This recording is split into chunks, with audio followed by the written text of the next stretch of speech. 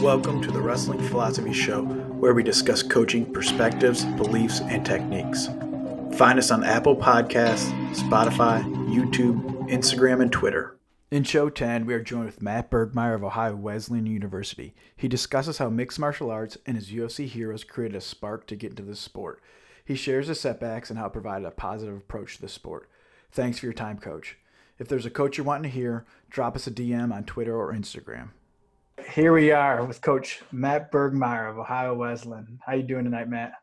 Doing fantastic, sir. How you doing? Yeah, another day, doing great. First off, just walk us through your path of how you got into wrestling and how you ended up at Ohio Wesleyan. Okay. So I got into wrestling. My parents put me and my brother into a karate school, like a local karate school when we were young. I mean, like 4 or 5 years old, 6 years old. And I just kind of naturally took to it and stuck with it. And my brother, not so much. So I was kind of the only one there. Were you older or younger? He's older than me. He's 2 years old. Okay. So I'm sorry. So I got into karate. Mm-hmm. And then over the years, I stuck with it. The school was slowly in a transition from traditional like karate to more of a Jiu Jitsu and mixed martial arts school. As the sport was growing, so was the school was evolving. And I was really into it. My heroes in like middle school and stuff were all UFC fighters because they were all doing the fighting that I wanted to do. Who was your favorite? George St. Pierre. Awesome. We share the same birthday. He and I share the same birthday. Yeah. And so like those were the guys I looked up to, and in every interview, everything they talked about was wrestling. Wrestling built me. Wrestling made me who I am. Wrestling has taught me so much. I am who I am because of wrestling. So when I got to high school, I was like, all right, well, I'm going to wrestle because these guys all say it works. So I'm going to go ahead and wrestle. And I was good at jiu-jitsu. I was good at karate. I was good at fighting. I was horrible at wrestling. Right. Like I didn't win a single match my freshman year. Wow. I was weighing like 130 pounds, wrestling varsity at 145, just getting smoked. Wow. So was that down in Florida then? That was in Florida, and then I moved to Georgia soon after that, and where I finished out high school was in Georgia. Okay. Wow. Cool. And then through there, I stuck with it. I didn't want to give it up. I changed my mindset and changed the things I was doing, so I got a little bit better. Not great. Unfortunately, I didn't have one of those incredible redemption stories where I sucked and then I was a state champ. I was average. I think I was qualified enough and talented enough to compete at the state tournament. Senior year, I tore my ACL and I ended up having to miss the season. Stinks. And then Coach Haywald, who was at Mount Union at the time, was recruiting me. And my dad is originally from Canton, so my grandparents still live in the area. Okay. When he was recruiting me, he wanted me to come up for a visit. So we planned to go visit my grandparents. And then while I was there, travel right down the road and visit Mount Union. I loved the school. I thought it was beautiful. I really liked Coach Hayward from talking to him on the phone and then meeting him in person. It really fit well. I was really excited about it. My parents loved it. And so pretty much right there, I committed on the spot. And then nice. Went to Mount Union, did not have a successful career like I would have liked. It is what it is. Injuries, my own immaturity, my own lack of priorities kind of kept me off the mat. And I paid for that heavily on the backside. It cost me a lot. It cost me my wrestling career. It cost me job opportunities once I graduated. Everyone wants to talk about, at the time, everyone was joking, C's and D's, get degrees. But I wanted to be a teacher, and I didn't realize that when you want to be a teacher, they want your transcripts from your college course.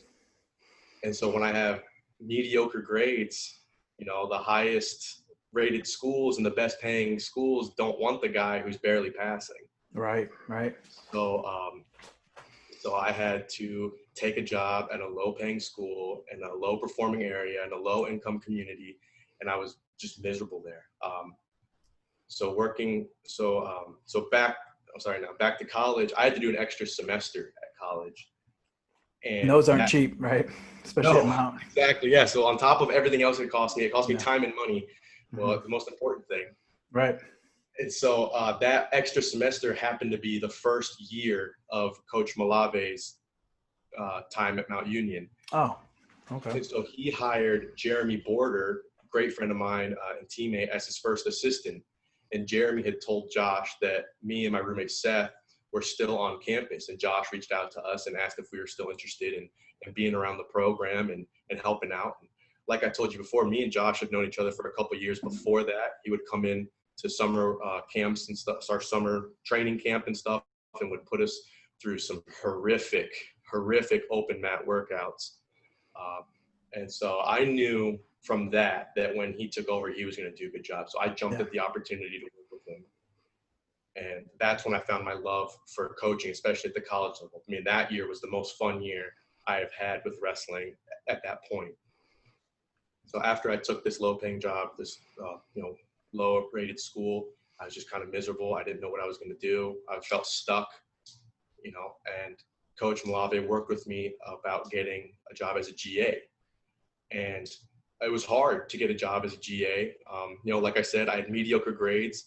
And because I didn't have a successful wrestling career to show for myself, I really had no appeal to a grad school or a wrestling program who didn't know who I was. Well, those are competitive, right? With limited programs, those spots are very competitive, right? Yeah. I mean, if you look at the typical GA, they're usually, stud athletes, multiple-time All-Americans, these incredible wrestlers. But what happened is I fell into a perfect timeline where at Muskingum University, Coach Miser is such an incredible wrestler. I mean, he is like one of the most technical wrestlers I've ever seen. He just mauls everybody in the room. He's in his 30s. He doesn't look very intimidating. If you look at him, he's tall and lanky and kind of quiet. But on the mat, he is an absolute monster. I mean, he just ragdolls everyone from 125 to heavyweight. So he didn't need someone who could come in and smoke everyone in the room. What he needed was someone who could help him recruit and help him fundraise and help him with alumni stuff. And what I promised him the day of my interview was, if you hire me, you're going to get someone who's hungry, who's committed to the sport, who wants to contribute at all costs to help you turn this thing around. And so every day when I went to work, that was my mindset of like, what can I do to be as helpful as possible? And then I finished my 2 years there. And that's when COVID hit, was at the end of my season. So a scary time to be in college athletics, a scarier time to be without a job, looking to get a job at college. Right. So I didn't know what I was going to do again. I was kind of stuck. I felt like I'd done all the right things at Muskingum. It just kind of felt like it was kind of out of my hands. I had some interviews. I had some conversations, but it was just a lot of, I can't guarantee anything. We can't promise anything. And I had a friend of mine who was a football GA who had accepted a job in Wisconsin, and then after 2 weeks was let go. So that was a horror story that I couldn't afford. And then we recently found out that my girlfriend's pregnant.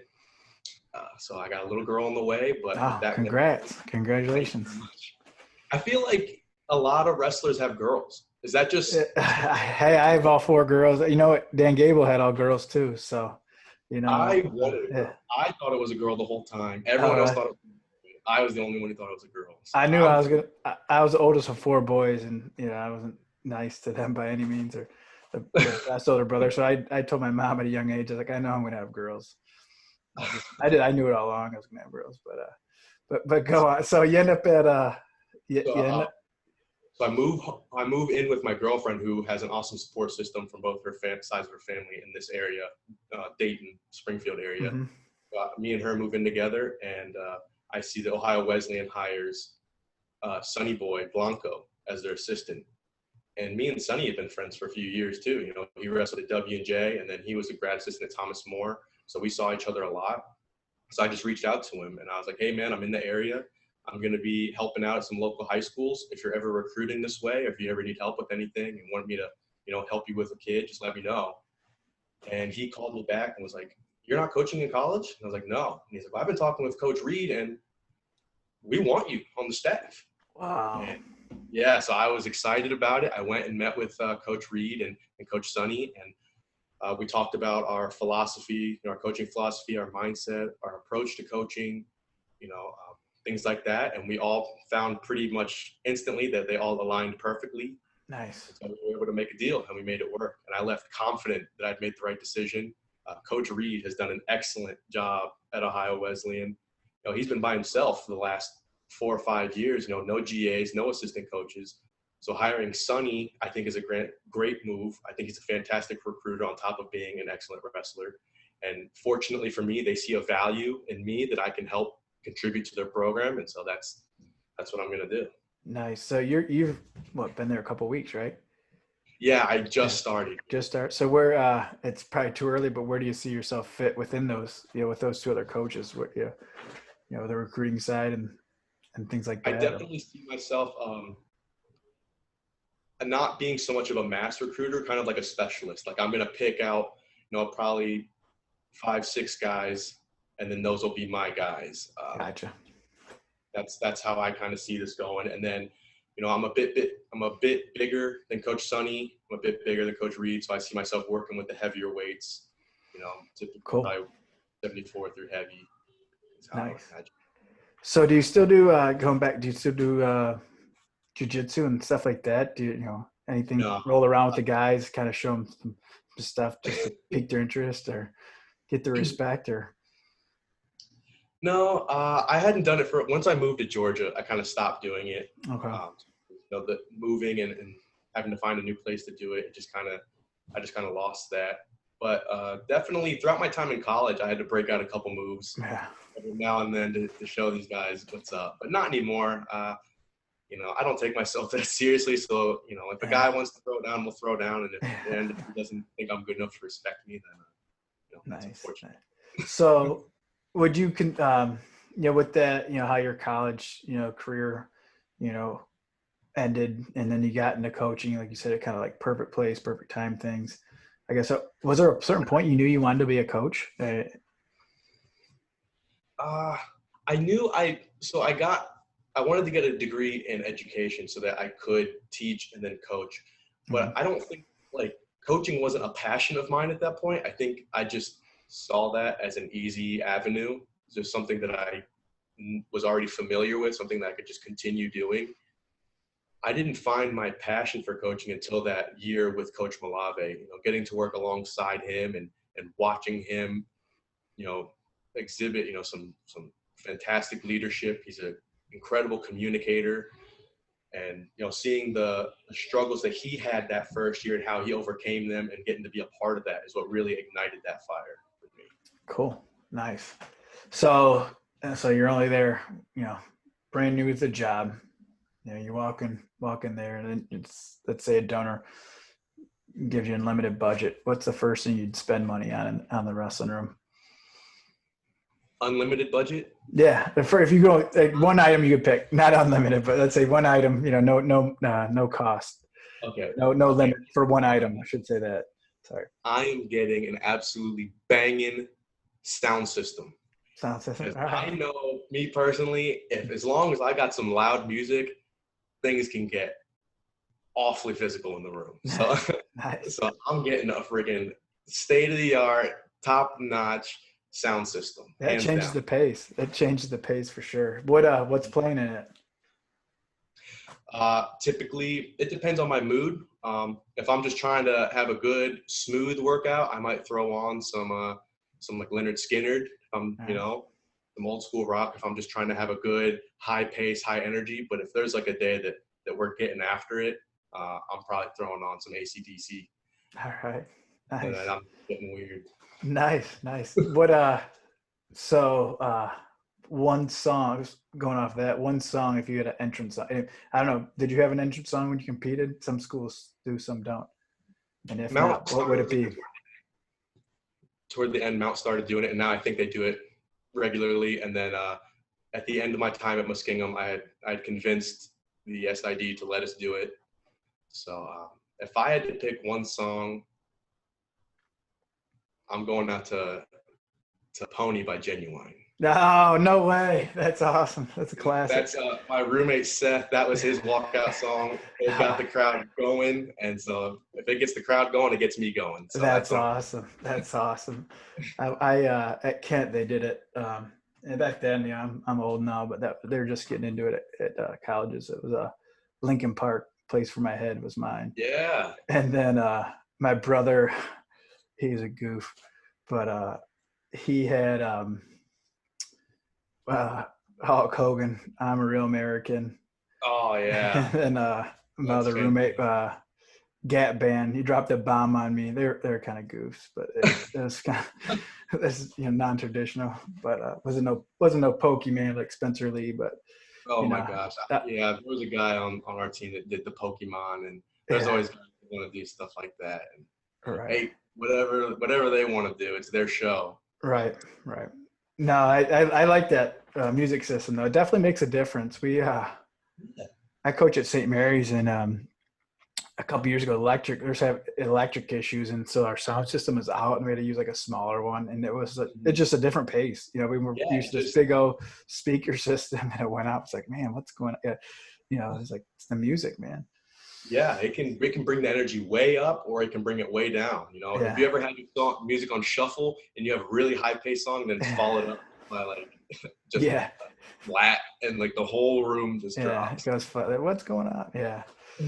No, and then I when I coach, I let different kids control on Tuesdays it's such and such kids day to control the music, or Wednesday this guy, and some of the guys are better than others. I'd say that. So, one question I like to ask or discuss is, if you could pick one rule to change, what would it be? So again, I want to go a little bit of a hot take here. I don't want to go with the rule. Everyone says push up. I like the push-up rule, but I think that there should be a rule that if at any point during the match, if a wrestler's on top and they go out of bounds, so any break in the action, a top wrestler can choose to go neutral without giving up an escape point.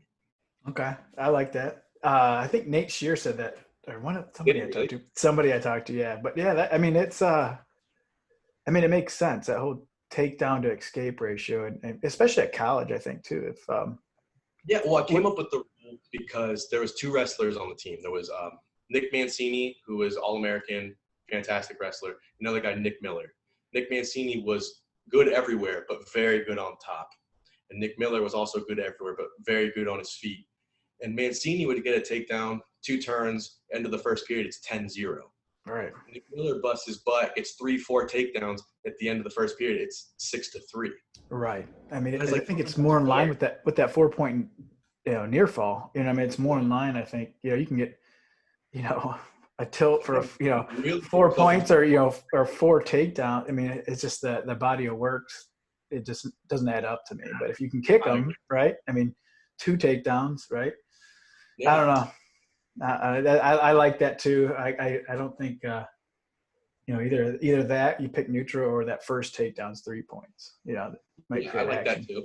So, but it's definitely something more favoring the neutral. It'd be more points on the board too. Instead of it's more exciting. To the typical fan who doesn't understand wrestling, they don't understand what back points are or what they're doing. But they know when I grab someone, if I lift them in the air and put them down, they know that that's something. Yeah, right. Action, create more buzz. I think the sport needs more personality. I think it needs guys, not that I'm for or against celebrating and showboating, but there just needs guys with some personality. We need some storylines. Right. We need some people, that's how you get people invested from that. Right. I think we're headed there slowly, but I agree. I agree. I thought there's a way to do it. He was going to be the guy, and then he wasn't. Who was that? You were breaking up. I'm sorry. Oh, I thought Pat Downey was going to be that guy. Right. He was not that guy. Yeah, so, that changed quick, right? Yeah. Yeah. So hopefully, I think we're getting some characters, and there's a way to do it right, I think, For sure, there's a way to do it right, yeah. And I guess that's another question I have is unwritten rule. I had a conversation, unwritten rule, act like you've been there, but do you have any, in your eyes, unwritten rules of wrestling?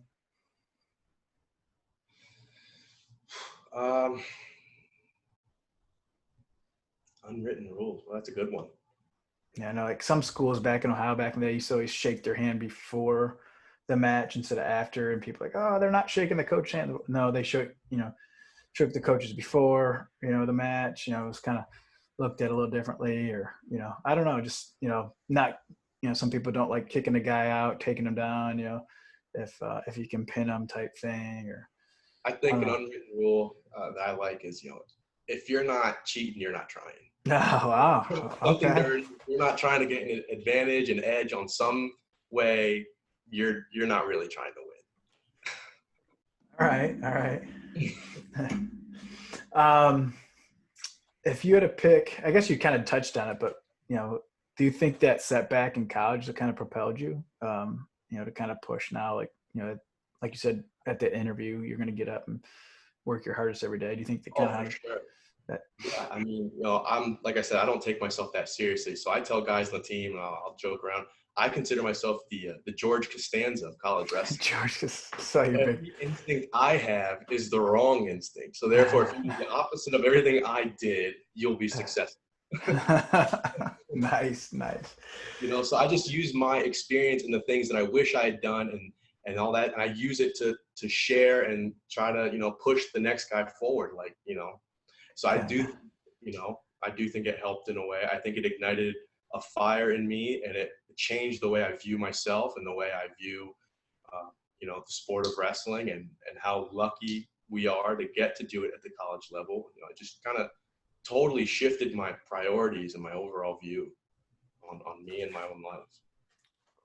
Do you have social media? What's your favorite wrestling social media file? John Reeder. John Reeder. Okay. Yeah. I don't know him, but I love him. Yeah. That guy gets me fired up. That's awesome. I don't even need pre-workout anymore. I just go and I just read 2 or 3 tweets, and boom, I'm jacked up and I'm ready to attack the day. I freaking love that guy. Yeah, that's funny. Sean Andrews said the same thing. It's he's intense. That's for certain. Yeah, I mean, he has just it's just little nuggets. It's not long, but they're just precise. They're perfectly worded. There's no fat. There's just every word has a purpose, and they're perfect every time. Nice. Who's someone, you're a big wrestling fan. Who's someone that you think I should have on? Man, well, definitely, I think Vanessa Oswald. Okay. All right. Women's wrestling is the future, and she and Coach Nicola at Olentangy have done a fantastic job promoting it and building the sport up. So if there's anyone I would like to hear from, it's her. Actually, and maybe both of them together. That could also be great, because they're a great dual, pair. Right. So actually, I already had Coach Nicola on or recorded, so he'll be coming before you. By the time this post, he will be posted, and I already set up with Vanessa. She'll be on in October, so she's finishing up her. She's down in Florida, but so we'll have her on here shortly after this show. So I'm looking forward to talking with her on women's wrestling. Coach, if you already have her lined up, yeah. If you already have her lined up, have you reached out to? How about Danny Irwin from West Liberty? Not yet. No, I'll reach out to him. I've not talked to him, but so the GA at Muskingum now, Jordan Burkholder, wrestled at Muskingum when I was there. He was a GA for him for a year. Just hearing the stories from what Jordan's told me, that guy is someone who I think the world should hear his story and hear what he's got going on. Because man, so do I. What would you ask him if you were me? I would ask him, about his recruiting philosophy, how he builds his culture. How did he, is it the type of kids he's recruiting, or is he or is it his brand that's building this style? I mean, they have a really, really incredible thing going on over there, and they're a really tough team. And I would just love to know more of the ins and outs of how he's doing it. Okay. So, all right. Going off that, if I'm a recruit thinking of coming there, to Ohio Wesleyan, what do you say? Because it's a pretty competitive landscape here in Ohio. But what do you say to get me on campus and what you guys have to offer? Well, just recently we were voted the #1 school in Ohio for best value, and then there's another thing. We were voted the top 40 top universities in the world that change lives. Really? I don't know how that information was gathered. I believe a woman just kind of retired and decided she wanted to travel the world and check out all the universities and the impact they've had. And Ohio Wesleyan has made the list as the top 40 universities in the world that change lives. Wow, that's pretty impactful. That's crazy. Yeah. Huh. So where can they find you, or if they're looking to find more information about you and the school and the program, where can they find information at? They can get a hold of me on Twitter, Instagram, Facebook, any of that. I'm on there. Just type in my name, Matt Bergmeyer. The Ohio Wesleyan website, it'll give you contact information for Coach Reed, Coach Sonny. It'll take you to a wrestling page with a recruiting form. I encourage kids to fill out those recruiting forms. There shouldn't be any negative thing about filling out a recruiting form and recruiting yourself. I think it's a huge tool that is not utilized to its full potential. I don't think you're lesser than because you are recruiting yourself as opposed to a coach reaching out and asking you to fill it out. It's just a way to get you in our database, get us all the contact info we need for you so that we can start get the ball rolling. Cool. You have anything else for us, or anything you want to ask me, or? Yeah, sure. I can ask you. What was your inspiration behind starting this podcast? Years ago, Zeb Miller, talking. He was filming for Flow and things like that, and I was like, man, there's so many good people in Ohio, and Zeb and I are both history guys, and I was like, there's so many stories and stuff that's not captured. And Zeb, no one does it like Zeb. I mean, you put him in front of somebody, he knows what to ask and how to ask them. I know I'm not Zeb, and I kind of helped him with the back end things with Ohio. And then I guess the whole coaching perspective thing, it's been bouncing around in my head for a while. And it's like, you know what? And I'm usually a pretty private guy and, do my thing, but I was like, you know what? I think there's a lot of stories that are being missed here. And I talk to coaches now, I coach, and then with the OAC stuff, I'm constantly talking to coaches, all the time. I was like, man, some of these stories just need to be recorded. And, I came across, just kept bouncing back, and it started. And finally I was like, you know what, if I don't start now, I'm never going to start. And there's going to be a lot of stories missed. And, I might miss out on some of these relationships. I kind of had my circle, like I said, of coaching and the OAC stuff, but I know there's a lot more people out there that I'd love to talk to and, just get to know through the sport. And so I guess that was kind of my inspiration. And every time I talk to Zeb, it's just like, man, or watch one of their interviews, he does a great job, obviously. But I was like, hey, Zeb, I'm not going to be you. I'm not trying to be you. But, it's kind of, I always want to hear coaching stories, and I want to learn as a coach. I know I don't have it all. And, looking back when I started out, maybe I wish I would have heard some stories of, what people are doing or what they did right, what they did wrong, so I could avoid my mistakes. So I guess that's in a nutshell, if that makes any sense. I love that. Like I told you before, I love that type of energy, someone who has a plan and then they act on it. I'm a big believer in energy and the energy you put out and the things that you tell yourself. Right. I'm huge into that. So hearing stuff like that just gets me fired up, man. It doesn't take much to get me fired up. No, that's awesome. Well, you kind of did the same thing, right? That's how you ended up there. Right? You got on the phone, called somebody, and it, changed your life, right? Yeah. And then I just believe that, me personally, I think, at the end of the day, I have to feel something and I have to, feel some way about it. So I'm going to be positive. I'm going to be enthusiastic. I'm going to be excited, and I'm going to be passionate. And having adopted that mindset over the last couple of years has been the cornerstone of changing my life, has been the cornerstone of everything I do now. That's an aspect I've applied into so many other areas of my life. And that's why, when I'm coaching 6 a.m. workouts, I don't want to be there. I'm tired. I'm cold, whatever. But I would never let them know that. I show up, as I walk in the door, I'm on. Every person gets a good morning. They get a high five, try to crack a couple jokes, make one kid smile. If I can make one kid smile at 6 a.m. before he goes to run, I feel like I'm doing okay. All right. On that's a segment that's been bounced around. No, first off, no, that's awesome. I love your energy. That's awesome. It definitely, it is all perspective, but that's a segment I'm thinking about. Some dad jokes, coach jokes, whatever. You got any good coach jokes? Because it's kind of like teacher jokes, right? Coach jokes, dad jokes, all the same. You got any good ones? So my favorite one that never really gets any laughs is a kid when they always ask me, oh, what time's practice? And I'll say it's right after my dentist appointment, 2:30. That's a good one. That's a good one.